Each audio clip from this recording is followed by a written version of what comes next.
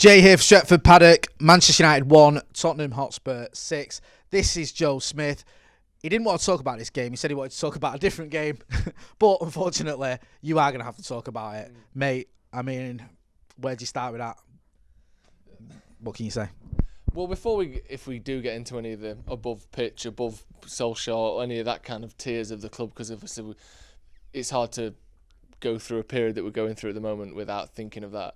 On the pitch today, United were an absolute disgrace, to be honest. And it's not just. We were talking before about the City game where United lost 6-1, of course, famously, and we were talking that was 3-1 at 90 minutes or 89 minutes, and then they scored 3 quick goals at the end. We were beating comfortably, but United tried and went to win and weren't too far for most of, for 90 minutes. They were within a shout. Today was just shocking from the start. From the start, like Andy said, the first 36 seconds were pretty good, but after that, Luke Shaw I don't know what he was doing. If he was told to man Mark Lamela, then it's a ridiculous thing, because Eric Lamela's a good player, but it's not worth pulling your whole team out, your whole defence out of position for Eric Lamela. If he's just decided to man-mark Eric Lamela, then I don't know, there's a reason we're signing Alex Tellez. The amount of times that the ball would go out to the right-hand side and he's jogging out to his man. Jogging. Or he's playing as almost like a third centre-back with no left-back. I just couldn't believe what you were seeing from the start. Harry Maguire making mistakes. Eric Bailly, who people have been clamouring for not just weeks or months, years. People have been saying, when he gets fit. Well, he's been fit for, 4 or 5 months now? Slowly been eased back into the squad. Perfect minute management by Ole Gunnar Solskjaer. Playing in the cups here and there. Played against Chelsea last season. Played against Brighton. Now give him his big start against Tottenham. Shocking today. Look, Victor Lindelof couldn't have been any worse. He headed the ball straight up in the air for the first goal. The second goal, I can't even remember all the fucking goals. He gave the ball straight away for one of them, whichever one that was. That was a third, I think. The second one was where they took the free kick and he was caught napping, I think. Yeah, the second one he didn't track Heung-min Son for the second goal. The third one he just gave the ball away. So I'm not saying that he's worse than Victor Lindelof, but when players come in and you're giving your chance and he's been brought back in this structured, giving him a few more minutes here and there way, and you have a performance like that, it's just awful. I mean, Wan-Bissaka didn't do much. Paul Pogba's still sloppy on the ball. Bruno Fernandes, I thought, looked all right. One of the few players who wasn't a complete embarrassment. Rashford still looks injured. Martial couldn't get into the game after the first 3 seconds when he got fouled. Mason Greenwood did some nice runs, brought the ball out from the back, but we're 4-1 down by that point. I don't know what Martial's doing by slapping him in the face there. Lamela's just a shithouse for going down the way he did. But if you're a footballer in any era, I mean, certainly since the Premier League started, but of course since there's VAR, you can't slap someone in the face. I know he got a bit of an elbow before that, and if you want to go down and try and get a red card, do that. But the one thing you can't do when you're already 2-1 down is slap someone in the face, because then you're off, and then we've definitely lost then.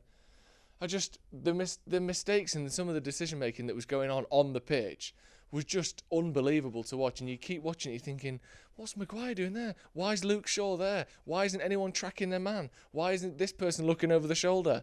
Just amateur, basic stuff. Like, if Stephen was saying a minute ago, if they've got a free kick when they're already on a quick counter-attack, or you're giving the ball away, you stand in front of the ball. Do not let them take that free kick. Even if you get booked by blocking it, sticking a foot out, take it. And then Eric Bailly's walking off this way when Heung-min Son's going inside him. Again, it's the decision-making of amateur footballers at best, and you'd still get a bollocking for it. If someone runs past you when they take a short free kick and stick it in the back of the net, you get a bollocking for that. And to do it when you've supposedly United's best defender that we're all waiting to come back and save that back line, you can't really believe it. Where'd you start with all that? You've sort of summed it all up. Just quickly on the Anthony Martial sending off. What did you make of the fact that, once we go down to 10 men, there didn't seem to be we didn't go for it. We didn't shut up shop. We didn't seem to do either. It wasn't like we're still going to go for this and try and win, or it's damage limitation. It just seemed to be, it carried on just being a mess. Well, I'm not saying that Eric Bailly was the worst player on the pitch. The only reason I'm sort of using him almost as a bit of a criticism of the way that we've invested and the way that fans tend to have a absence makes the heart grow fonder sort of attitude towards players. Because and again, I wouldn't rule out Eric Bailly because of one bad performance. I'm just saying he's not, mistake free or anything like that. But when he's giving the ball away on the edge of the box, we're trying to play out from the back, and he's trying to pass it to Maguire, but he's passing it to 2 Spurs players. Like, it doesn't really matter at that point. You're 3-1.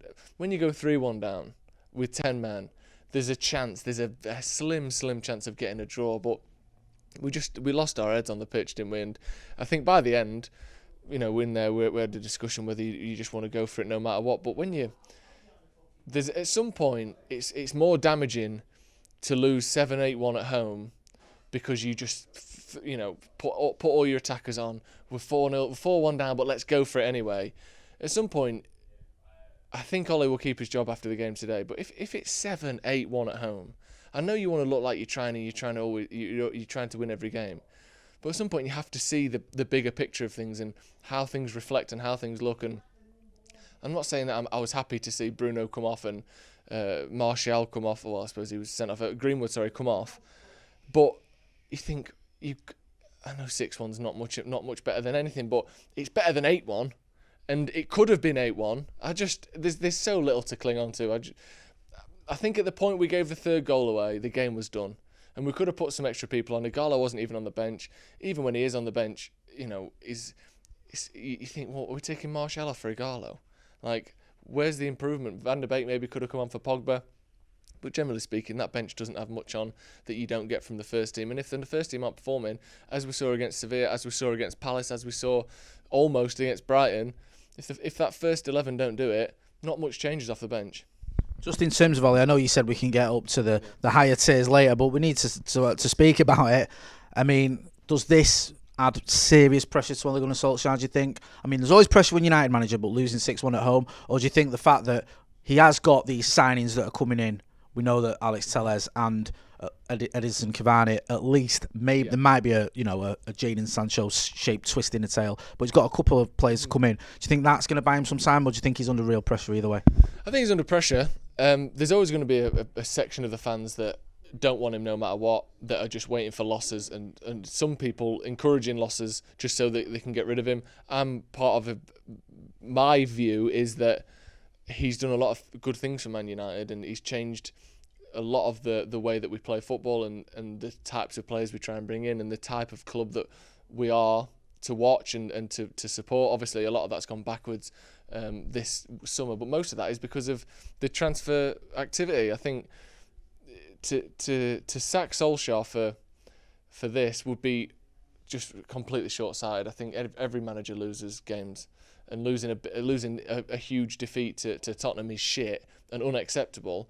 But I don't think every time there's one unacceptable result, or look at the run we went on last season. We got Bruno in, another good signing by Ole, and the run we went on, and then 2 or 3 bad games after that, and we're sacking him. I don't see any benefit to that. Also, back to the transfers thing. Let's say you did sack Ole. What a stitch up it is for the next manager to come in the day the transfer window ends with all the last manager's signings. Imagine, I know obviously it wouldn't be because we've already had him, but imagine you brought Jose in and you just signed Van der Beek and you'd signed Telles, and they're not Jose signings. So whoever the next manager that comes in is going to have to redo the work we've just seen Ole do, undo it, or I don't think it would be fair on the next manager if we were to do that, and I don't think it's the right time or fair on Ole at all to get rid of him either. But that's a no-win for me. There's no one obvious available, and I think you've got to allow difficult times, and especially when there's such a clear and obvious reason why things aren't improving on a bigger scale. We can talk, again, everyone's talked about the Glazers and Woodward, and I think the opinion on them is unanimous at this point. They aren't providing a system and a structure for the club to be successful, and I don't see how they're going to be unless you get a miraculous manager, you get someone of Sir Alex Ferguson's ilk. We're not really going to see that probably, unless it's by luck or it is a miracle, which is the same thing really, isn't it? A miracle, that's what we need.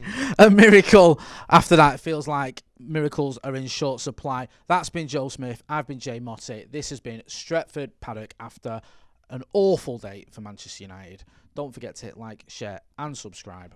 Thanks for watching.